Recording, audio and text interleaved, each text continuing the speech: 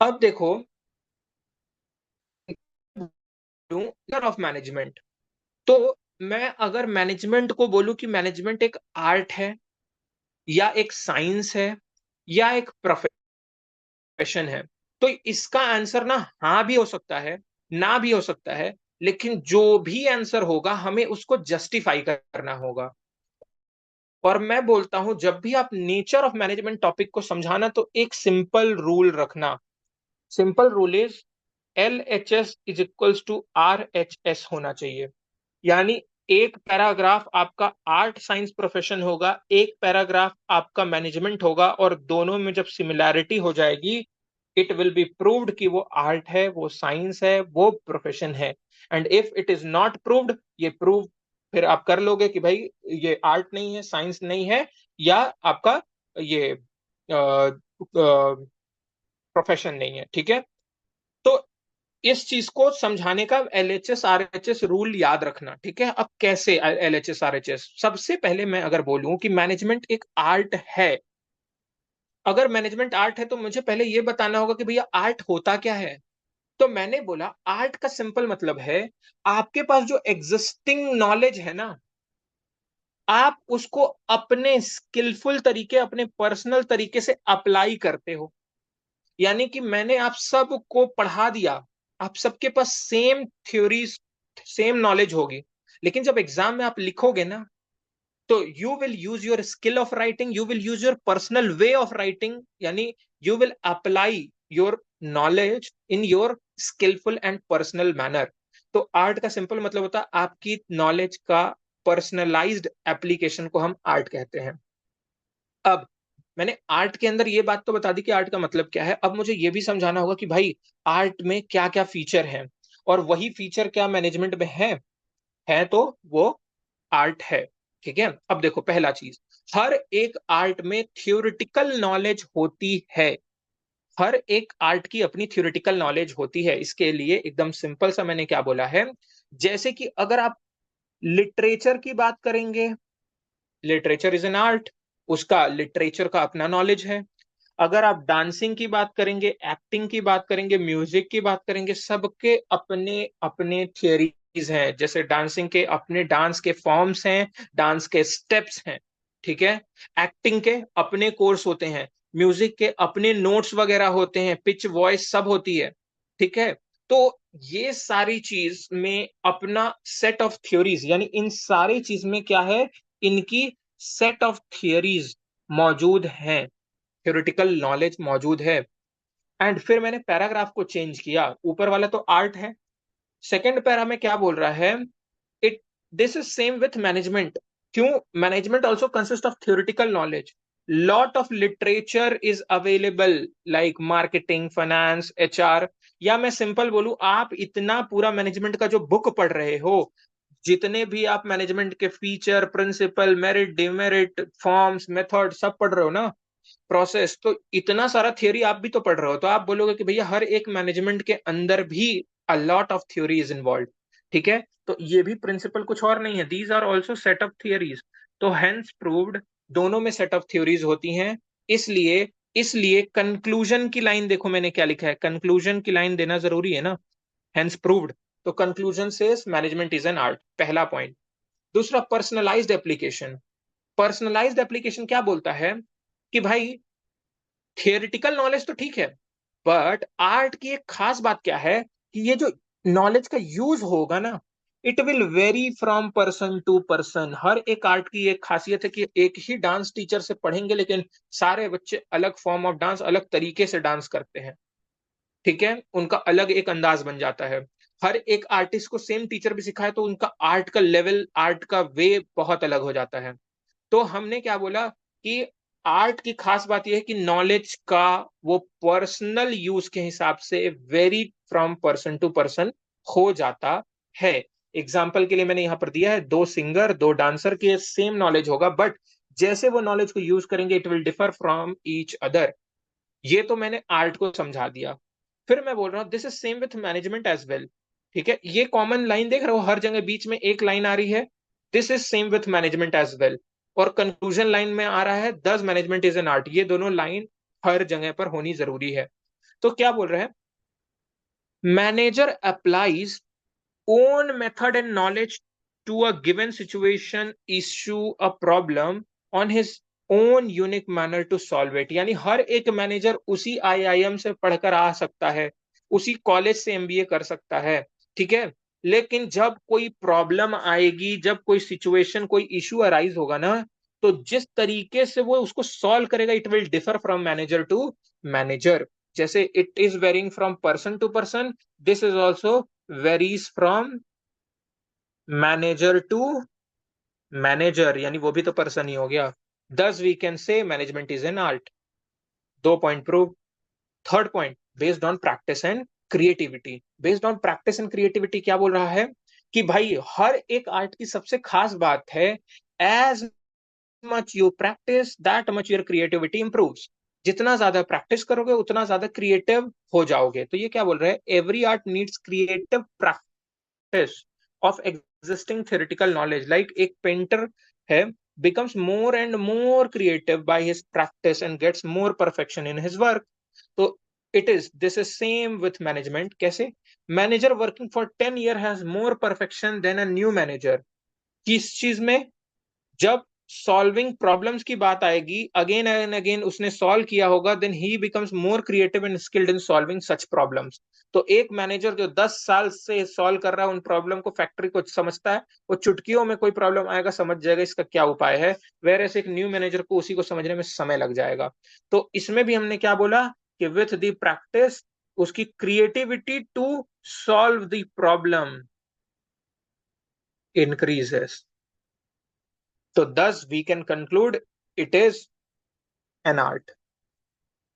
मेरे हिसाब से आर्ट का पॉइंट मैंने क्लियर कर दिया, ठीक है। अब आते हैं सेकंड वाले पॉइंट, साइंस वाले पे। तो साइंस वाले में क्या बोल रहा है, it is systematised body of knowledge. Science का मीनिंग पहले बताओगे। साइंस एक सिस्टमेटिक बॉडी ऑफ नॉलेज है। सिस्टमेटिक वर्ड कहने का मतलब, यहां पर जिस सिस्टम से जो बात लिखी है वो रिजिड है, वैसा ही सिस्टम चलेगा, ठीक है। हमारे लिए जो न्यूटन का लॉ है वही सबके लिए रहेगा। तो सिस्टमेटाइज बॉडी ऑफ नॉलेज, और ये नॉलेज क्या एक्सप्लेन करती है, it explain certain general truth और ऑपरेशन ऑफ जनरल लॉ। यानी ये ट्रूथ की बात करता है, वो ट्रूथ हर जगह वैसा ही रहेगा, ठीक है। किसी सामान को फेंकोगे, चाहे मैं इंडिया में छत से फेंकूं या जापान में, वो नीचे ही जा रहा है, ठीक है। तो ये जनरल ट्रूथ है।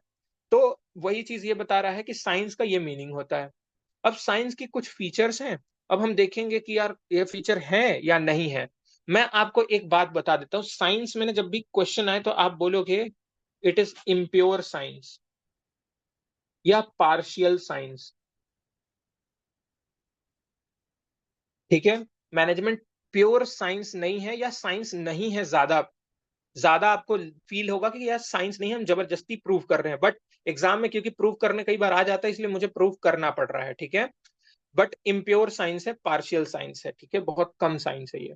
अब देखो कैसे साइंस का एक फीचर, अभी मैंने बोला कि हर एक साइंस में एक सिस्टमेटाइज्ड बॉडी ऑफ नॉलेज होगा। नो डाउट कि भाई ये क्या बोल रहा है कि इसके अपने प्रिंसिपल होंगे जिसका कॉज इफेक्ट रिलेशनशिप होगा। यानी एक एग्जांपल दिया, falling of Apple from a tree, वो लॉ ऑफ ग्रेविटी को समझाता है और वो वैसा ही होगा। And again it is same with management. Management में भी कैसा है, also systematise body of knowledge, यानी कि हमारे भी अपने जो प्रिंसिपल ऑफ मैनेजमेंट है उसको भी डेवलप्ड ओवर टाइम किया गया है, और वो भी कॉज एंड इफेक्ट रिलेशनशिप। जैसे ये क्या बोल रहा है कि अगर फैक्ट्री वर्कर और मैनेजर के बीच पैसे को लेकर लड़ाई हो गई, तो हमें पता है कि भैया उनके बीच मेंटल रिवोल्यूशन लाने के लिए हार्मनी नॉट डिस्कॉर्ड का प्रिंसिपल लगाना होगा, तब सॉल्व होगा। अगर डिसीजन मेकिंग को लड़ाई हो गई तो हमें ये बताता है कि भाई कोऑपरेशन नॉट इंडिविजुअलिज्म का गेम है, उसको लगाकर सॉल्व करना होगा। अगर लोग ट्रायल एंड एरर मेथड लगा रहे हैं, हमें ये बात पता चला, तो science not rule of thumb लगाएंगे। यानी ये बात बहुत clear set of theories and knowledge बता कर रखा है कि कौन से सिचुएशन में क्या कॉज है, तो कौन सा प्रिंसिपल लगाएंगे तो क्या इफेक्ट होगा, ठीक है। तो किस कॉज पे कौन सा प्रिंसिपल लगा क्या इफेक्ट बनाएंगे, ये भी बहुत क्लियर है। Thus we can say it is science. दोनों में अपनी थियरीज हैं, दोनों ही theories cause effect relationship establish करती हैं, ठीक है। तो इस बेसिस पर इसमें भी प्रिंसिपल है और कॉज एंड इफेक्ट है, इसमें भी अपना प्रिंसिपल है एंड कॉज एंड इफेक्ट है, इसलिए हेंस प्रूव्ड। दूसरा, हर एक जो आपने अप्लाई किया है ये मैनेजमेंट, वो साइंस के जितने भी आपने प्रिंसिपल बनाए हैं ना, वो एक दिन में नहीं बनते। हर एक को बनाने के लिए आपको उसका एक्सपेरिमेंट करना पड़ता है, कई बार रिपीटेड एक्सपेरिमेंट करोगे, ऑब्जर्वेशन निकालोगे, अगर सारा ऑब्जर्वेशन सेम आएगा, सिमिलर आएगा, तब जाकर वो फॉर्मुलेट होता है एज अ प्रिंसिपल। तो ये क्या बोल रहा है वही, कि जितने भी साइंस के प्रिंसिपल हैं पहले उसको ऑब्जर्व करते हैं, एक्सपेरिमेंट करते हैं बार बार, उसके बाद ही वो प्रिंसिपल बनता है। तो हमने बोला सेम विथ मैनेजमेंट यार, मैनेजमेंट के भी जो प्रिंसिपल है ना, पहले ऑब्जर्व किए जाते हैं, एक्सपेरिमेंट किए जाते हैं, और जब result same through out the experimentation आता है तभी वो प्रिंसिपल बनते हैं। ठीक है। तो ये भी ऐसा ही नहीं है कि जब मन जो मन प्रिंसिपल बना दिया, तो दोनों में एक कॉमन चीज आया कि ऑब्जर्वेशन एक्सपेरिमेंट होता है, दस वी कैन से ये साइंस है। यूनिवर्सल एप्लीकेबिलिटी क्या बोल रहा है, कि भाई हर एक साइंस का प्रिंसिपल, वही मैंने बोला, चाहे तुम इंडिया में ग्रेविटी का लॉ लगाओ, चाहे जापान में, चाइना में ग्रेविटी का लॉ वैसा ही चलेगा। ठीक है। तो ये क्या बोल रहे हैं, this has got universal applicability and validity, यानी एब्सोल्यूट रिजल्ट रहेगा चाहे तुम कहीं भी लगा दो। सेम विथ मैनेजमेंट, बट ये 100% ऐसा नहीं है, बहुत ध्यान से सुनना, ये पॉइंट जस्टिफाइड नहीं है, नॉट जस्टिफाइड। और इस पॉइंट की वजह से इम्प्योर बन जाएगा अभी। ठीक है, बट मैं इसको भी प्योर रहने दूंगा, एक ही साइड अभी समझा रहा हूं। तो they are applicable universally, only there is need of modification according to the condition, क्योंकि एक फीचर होता है प्रिंसिपल ऑफ मैनेजमेंट में, हमने पढ़ा है, इट इज कंटिंजेंट।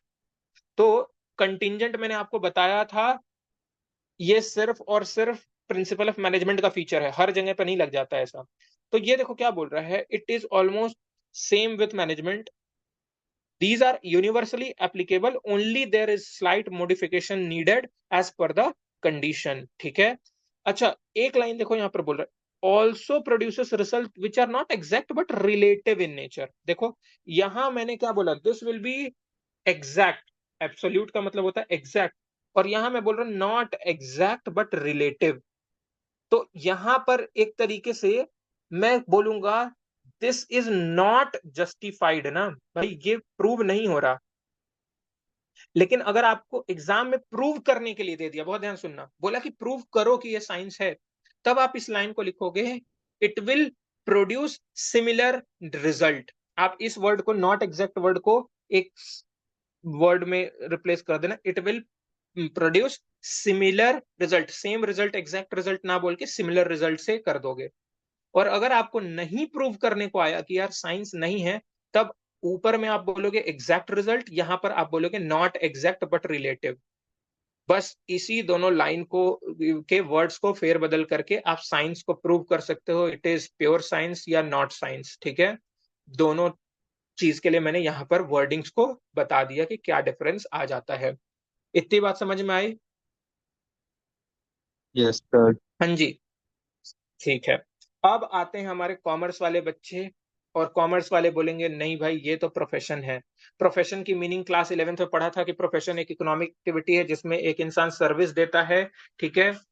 किस बेसिस पर, अपने नॉलेज, अपने डिग्री, अपने स्किल के बेसिस पर, और अपने क्लाइंट से फीस मांगता है। ठीक है, फीस लेता है, दैट इज कॉल्ड प्रोफेशन। जैसे मैं आज टीचिंग कर रहा हूँ, टीचिंग एक प्रोफेशन है, मैं आपको अपना सर्विस दे रहा हूँ अपने नॉलेज, डिग्री, स्किल के हिसाब से, और आपसे फीस ले रहा हूँ। ठीक है।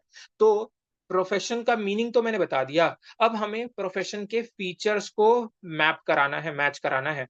पहला मैं बोल रहा हूँ, हर एक प्रोफेशन, देखो जो ऊपर समझाया ना सेम चीज है यहाँ पर, बस कुछ और पॉइंट को तोड़ दिया है। पहले बोल रहा है well defined body of knowledge, यानी वही सिस्टमेटाइज बॉडी ऑफ नॉलेज। यहां पर भी बोल रहा है कि भाई हर एक प्रोफेशन का नॉलेज होता है, और उस नॉलेज को उसी के स्कूल, यूनिवर्सिटी के जगह पर जाओगे जहां पर, तो आपको वो नॉलेज दिया जाएगा। जैसे डॉक्टर के लिए एमबीबीएस का नॉलेज उनके रेस्पेक्टिव स्कूल, कॉलेज, यूनिवर्सिटीज में मिलता है। ठीक है। मैनेजमेंट का भी सेम है, इसका जो बॉडी ऑफ नॉलेज है, जो इसका डिग्री है, इसके लिए भी यूनिवर्सिटी है, एमबीए के लिए आईआईएम है। तो यहां पर मैंने लिख दिया कि भाई जैसा वहां एम्स वगैरह है, यहाँ एम्स वगैरह है, वैसा यहाँ आईआईएम्स वगैरह है। तो मैंने यहां पर पहले मैच किया कि भाई नॉलेज जो कि स्कूल, यूनिवर्सिटी से मिलती है, यहां भी वैसे यूनिवर्सिटीज होती हैं। दस इट इज प्रोफेशन, पहला चीज। दूसरा चीज, रेस्ट्रिक्टेड एंट्री। हर एक प्रोफेशन में घुसने के लिए आपकी एंट्री को रेस्ट्रिक्ट किया जाता है एग्जामिनेशन के थ्रू या डिग्री के थ्रू। ठीक है। उसी तरीके से मैनेजमेंट के लिए भी, अगर आपको एक सर्टिफाइड मैनेजर बनना है, एक अच्छा मैनेजर बनना है रेप्यूटेड इंस्टीट्यूशन का, तो भाई आपको भी क्वालिफिकेशन कैट वेट करके निकाल के डिग्री लेना पड़ेगा एमबीए का अच्छे जगह से, तब आपको मिलेगा। तो वहां भी एग्जाम होता है, यहाँ भी एग्जाम होता है। तो एग्जाम एग्जाम के बेसिस पर हमने प्रूव कर दिया, डिग्री डिग्री के बेसिस पर हमने प्रूव कर दिया कि ये भी होता है। थर्ड है प्रोफेशनल एसोसिएशन। हर एक प्रोफेशन के लिए उसका अपना एक एसोसिएशन होता है, यानी अपना एक बॉडी होता है, ठीक है, एक इंस्टीट्यूट होता है। तो क्या बोल रहा है, हर एक प्रोफेशन एक एसोसिएशन से लिंक्ड होता है, और वही बताता है कि कैसे एंट्री लोगे, वही सर्टिफिकेट देता है, वही कोड निकालता है कि क्या कोड ऑफ कंडक्ट होगा, आपको वो मानना होता है। इसी तरीके से क्या बोला, हमारे मैनेजमेंट के लिए ये है हमारे एसोसिएशन, AAIMA, ठीक है। तो डबल आई सॉरी AIIMA, ठीक है। तो ये क्या बोल रहा है, हर एक मैनेजर को रेप्यूटेड कंपनी में अगर जाना है तो उसको भी एक ऐसे एसोसिएशन की मेंबरशिप चाहिए होगी। फालतू जगह पे जाना है तो बात अलग है, ठीक है। तो यही सेम चीज ये बोल रहा है कि भाई जैसे एसोसिएशन में यहां पर आप क्या लिख सकते हो, जैसे ICAI उसकी एसोसिएशन है, ठीक है, ICSI हो गया, बार काउंसिल हो गया लॉयर्स वगैरह के लिए, ठीक है, ठीक। तो ये अपने अपने इनकी एसोसिएशन है, वैसे ही इसकी भी एसोसिएशन है, ठीक है। नेक्स्ट है एथिकल कोड ऑफ कंडक्ट। हर एक प्रोफेशन में प्रोफेशनल बाउंड होता है बाई कोड ऑफ कंडक्ट, जो कि उसके बिहेवियर को, उसके मेंबर के बिहेवियर को बताएगा while carrying out his profession. यानी कि डॉक्टर का black coat, sorry white coat, तो डॉक्टर के लिए अगर मैं बोलूं, डॉक्टर को अच्छा नहीं लगता, डॉक्टर का ये जो व्हाइट कोट है उसको अच्छा नहीं लगता, लॉयर का ये जो ब्लैक कोट है वो उसको अच्छा नहीं लगता कि गर्मी में उतना पहन वहन के जाए, ठीक है। लेकिन इसने बाउंड करके रखा है। उसी तरीके से एक मैनेजर भी लखानी चप्पल पहन के नहीं चला जाएगा, पैरागॉन नहीं लेके चला जाएगा, ठीक है, समझ रहे हो। उसका भी अपना एक कोड कंडक्ट है कि वो भी हमेशा अपना एक फॉर्मल अटायर रखेगा, ठीक है। तो वो फॉर्मल्स वगैरह वियर करके जाएगा, ऐसे ही नहीं चला जाएगा कहीं भी, ठीक। तो वही कोड ऑफ कंडक्ट है, और उसके बात करने का, बोलने का, वो सब देखा जाएगा, ठीक है। तो एथिकल कोड ऑफ कंडक्ट दोनों में होता है कंडक्ट के लिए, इसलिए हम कह सकते हैं ये प्रोफेशन है। एंड सर्विस मोटिव, ये जबरदस्ती का पॉइंट है। ये क्या बोल रहा है कि हर एक प्रोफेशन का सबसे मेन मुद्दा होता है अपने क्लाइंट को डेडिकेटेड और कमिटेड सर्विस देना। वैसे ही मैनेजर का एम होता है मैक्सिमम प्रॉफिट, यानी डेडिकेटेड एंड कमिटेड सर्विस देना टू मैक्सिमाइज दी प्रॉफिट। और दूसरा पर्पस होता है to serve the society by providing good quality at reasonable price. हालांकि ऐसा कुछ है नहीं, ठीक है, सब अपना अपना कमाना ज्यादा चाहते हैं। यू ऑल्सो नो डॉक्टर की स्थिति, यू ऑल्सो नो लॉयर की स्थिति, यू ऑल्सो नो CA की स्थिति, ठीक है, सबकी आप जानते हो, ठीक है। तो कहने के लिए ये थ्योरेटिकल पॉइंट बड़ा अच्छा है कि हमें हर एक प्रोफेशन कहता है कि भैया हमें अपने क्लाइंट को बेस्ट सर्विस देनी। वैसे ही मैनेजर के लिए उसकी कंपनी क्लाइंट होती है, और वो मैक्सिमम प्रॉफिट दिलाकर बेस्ट सर्विस देता है। दस हम ये कह देंगे कि इट इज प्रोफेशन। इतनी बात समझ में आ गई? Yes sir. ठीक। अभी के लिए एज ऑफ नाउ मैं इसका सेकेंड वर्जन नहीं पढ़ा रहा हूं, मैं आपको बस एक चीज का होमवर्क कहूंगा, इसको आप अपने सेकेंड वर्जन में पढ़ लेना, यानी कि it is not a science. Not a science prove करने के लिए सबसे इजी वाला पॉइंटर मैंने आपको एक तो समझा ही दिया है, ठीक है। दो पॉइंटर को और समझा सकता हूं मैं, लेकिन अगर मैं अभी वो समझाऊंगा ना, आप पक्का उल्टा उल्टा लिख दोगे, क्योंकि दोनों आपका मिक्सअप होगा। सो फॉर टाइम बिंग मैं जो रेफरेंस दे दिया हूं कि नॉट साइंस आ गया, तो आप इस पॉइंट से उठाकर समझा देना for time being. But for boards I will make sure इसके दूसरे वर्जन को हम लिख कर सॉल्व करके तैयार करके ही रखे, जैसे इसका यहाँ पर नोट्स में दिया है। सर इतना क्लियर?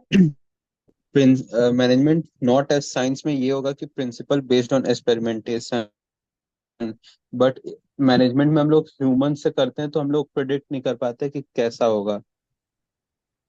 देखो यही मैं, होगा ना। हाँ हाँ बिल्कुल, अगर मैं हम्म। इसको नॉट प्रूफ करता हूँ, ठीक है, बट ये नॉट प्रूफ को बहुत ज्यादा मत समझना अभी के लिए, जो कंफ्यूज होने वाले हैं बेटा उसको छोड़ के रखना ना, यहाँ पर आपका कंसेप्ट यहीं पे रोक गया हूँ, ठीक ठीक है। सर।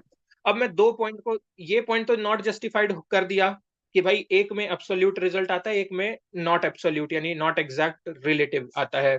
दूसरे वाले में क्या बोलेंगे कि भाई प्रिंसिपल एक्सपेरिमेंट करता है, मतलब हर एक साइंस का हमारा एक्सपेरिमेंट होता है, और हमारे ऑब्जर्वेशन और जो एक्सपेरिमेंट के रिपीटेड रिजल्ट आते हैं उसके बेसिस पर हम एक प्रिंसिपल बनाते हैं। हम क्या बोलेंगे कि जो साइंस के प्रिंसिपल है ना, वो सिचुएशन के ऊपर ऑब्जर्वेशन डालते हैं, वेयर एज जो हमारे मैनेजमेंट के प्रिंसिपल है ना, ये एक इंसान के बिहेवियर पर डालते हैं। ध्यान से सुनना, बिहेवियर पर ऑब्जर्वेशन डालते हैं। एंड मैंने आपको बताया था, behaviour differs from person to person, differs from person to person. मैंने आपको जब प्रिंसिपल के एक फीचर बताया था, it is mainly behavioural, it depends on human, क्योंकि हमारे सारे चीज ह्यूमन के ऊपर अप्लाई हो रहे हैं, उसके बिहेवियर के अप्लाई हो रहे हैं, और उसके हर एक इंसान का बिहेवियर अलग होता है। तो भाई आपने एक इंसान के ऊपर ऑब्जर्वेशन कर ली, उसके बिहेवियर के ऊपर, आपने दो चार के ऊपर कर ली, बट क्या वो हर एक इंसान के ऊपर सेम आएगा क्या? No sir. नहीं आएगा। तो याद रखना, इसका ऑब्जर्वेशन सिचुएशन पर आता है, और सिचुएशन जैसे आया, जैसे मैंने छत से गिराया, गिरने की सिचुएशन आ रही है, हमने ग्रेविटी वाला रूल लगा लिया, तो वो सिचुएशन पर है कि जब जब गिरेगा तो ग्रेविटी वाला रूल लगेगा। बट ये तो बिहेवियर के हिसाब से है, और बिहेवियर बिल्कुल अनप्रडिक्टेबल होता है, हर एक इंसान को बहुत डिफर करता है, इसलिए हम कहेंगे दोनों के एक्सपेरिमेंटेशन का जो बेस है वो बिल्कुल अलग होता है। ठीक है, इसलिए उसके ऑब्जर्वेशन रिपीटेड एक्सपेरिमेंट से जो हम कंक्लूजन निकालते हैं वो सेम रह जाएगा, वेयर इसके में सिमिलर रह जाएगा या नॉट सो सेम रहेगा, मतलब अप्रोक्स में रहेगा। थर्ड बात है systematised body of knowledge. Systematised body of knowledge कहने का मतलब है कि इसके जो प्रिंसिपल है ना, ये कॉज एंड इफेक्ट रिलेशनशिप को स्टैब्लिश करते हैं कि this will be cause, cause यानी if falling is the cause किसी चीज का, एप्पल के गिरने का, तो उसका इफेक्ट क्या है कि वो डाउनवर्ड्स जाएगा ड्यू टू ग्रेविटी।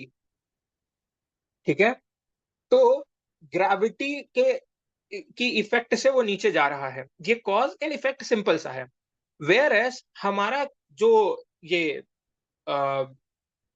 मैनेजमेंट का प्रिंसिपल है, ये कॉज इफेक्ट रिलेशनशिप किस तरीके से कह रहा है कि भाई अगर मैंने एक सिचुएशन ली, ठीक है, एक सिचुएशन पर मैंने एक कॉज लिया, तो ये कॉज का क्या इफेक्ट होगा अगर मैंने इसके बीच एक प्रिंसिपल लगा दिया। बट वापस से मैं बोलूं, इसी सेम सिचुएशन को रखते हैं, सेम कॉज को रखते हैं, हो सकता है एक दूसरा प्रिंसिपल हो और उसका इफेक्ट सेम आ जाए, एक चांस ये भी हो सकता है। या मैं बोलूं कि सेम सिचुएशन हो, मैं क्या करूं, अगर कॉज बदल जाए लेकिन प्रिंसिपल सबसे पहला वाला ही प्रिंसिपल लगा दूं, हो सकता है इफेक्ट फिर भी सेम आ जाए। मैं कुछ एग्जांपल आपको देता हूं, ठीक है, ये तो थ्योरी हो गई। अब क्या बोल रहे हैं कि कई बार हमें ये देखने मिलता है कि भैया कॉज इफेक्ट रिलेशनशिप एग्जैक्ट में नहीं, अप्रॉक्स में इसमें सेट हो पाती है, कि हमेशा ये श्योर नहीं रहेगा कि उसी कॉज में वही प्रिंसिपल लगाकर शांत हो जाएगा। अभी देखो मैं एक एग्जांपल देता हूं आपको।